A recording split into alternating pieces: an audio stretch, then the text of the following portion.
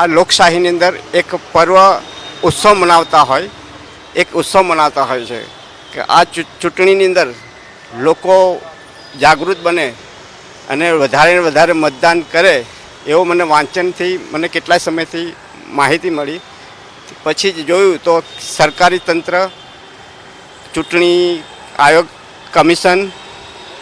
એ એમના TV, radio અને social માધ્યમથી પ્રચાર પ્રસારણ કરતું હોય એટલે મને બી એમ થયું કે હું પણ એક લોકશાહીની અંદર વધારે મતદાન થાય એવા વિચારથી મેં મારી સાયકલના માધ્યમ બનાવી એમાં LED લાઇટ, લાઉડસ્પીકર અને સોલર સિસ્ટમ